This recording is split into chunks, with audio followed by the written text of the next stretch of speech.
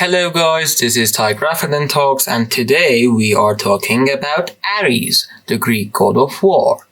See, Ares was the first child of Zeus and Hera.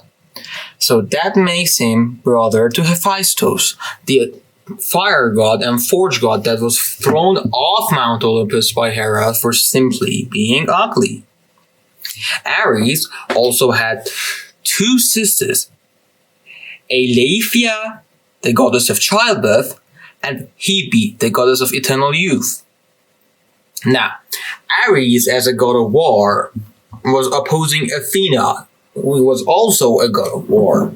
But Ares was depicted as the ultimate destructor, the slayer of men, the personification of the bloodlust and frenzy of constant destruction. He drove a four-horse chariot across the battlefield and across the battle sky, accompanied by vultures and dogs, and his two sons, Phobos and Deimos, fear and terror.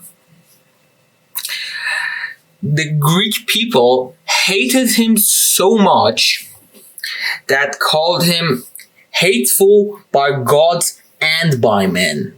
In fact, when Ares loses a battle to Diomedes, Zeus calls him the most hateful of all gods, remarking that if it hadn't been his son, he would surely be down in Tartarus with the Titans.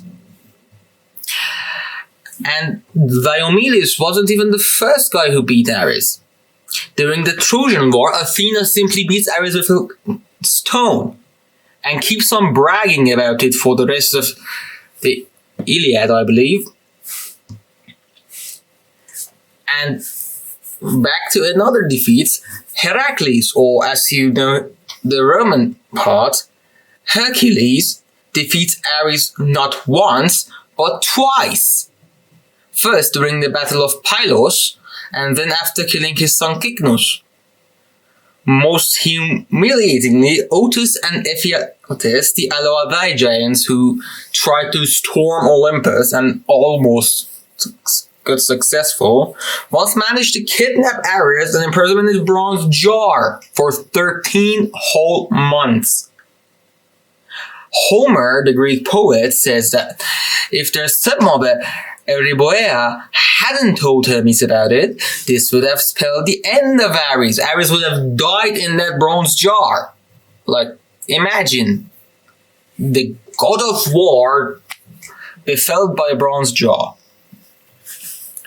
Now, Ares had many women like his father, but none of his affairs were as famous as the one he had with Aphrodite, goddess of beauty, mating, and yeah.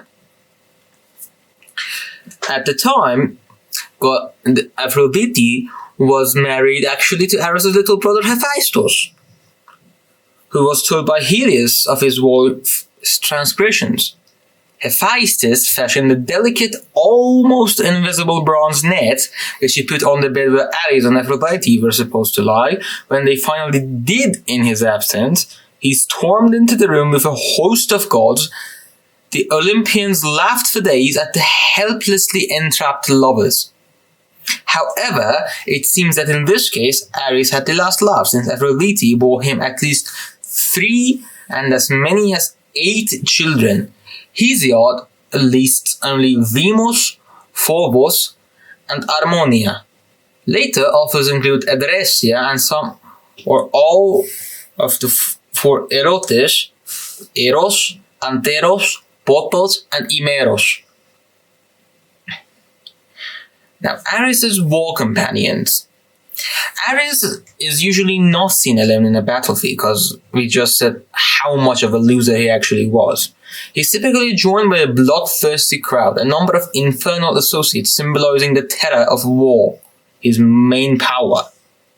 His son Deimos and Phobos are almost always behind him because he has to cause the fear he cannot do by battle skill.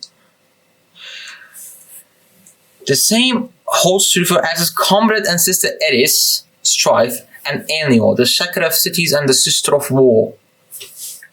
Sometimes Euboimos appears as well, the personification of confusion and model of battle. Most frighteningly, so do the Keres, the grim-eyed female spirits of death, dressed in cloaks crimson with human blood. Ares was associated with many bellicose heroes in Greek mythology, such as the aforementioned Cycnus or Diomedes of Thrace, whose man-eating mare Heracles was supposed to capture as his eighth labor.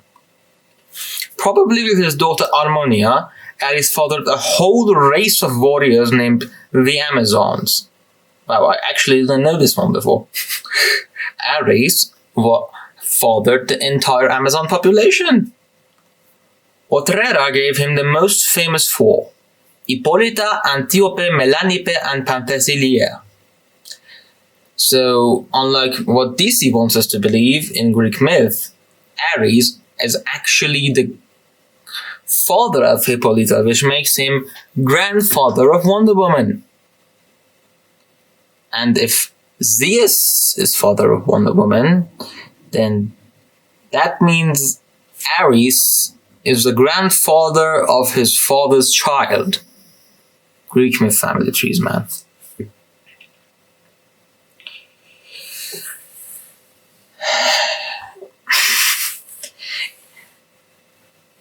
The Homeric hymn to Ares contains some of the very few flattering verses directed at Ares.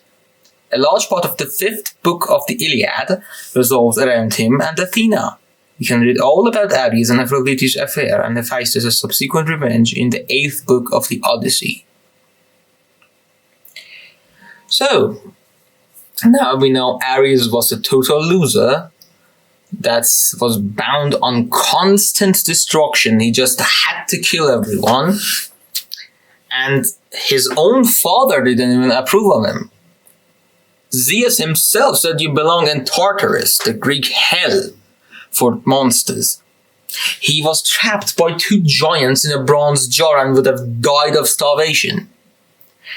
This man is a total loser and not the Evangeline butcher one wants to believe he actually is by his name. Thank you for watching this. I will do more and more mythology videos. Make sure to choose your next one in the comments. And goodbye.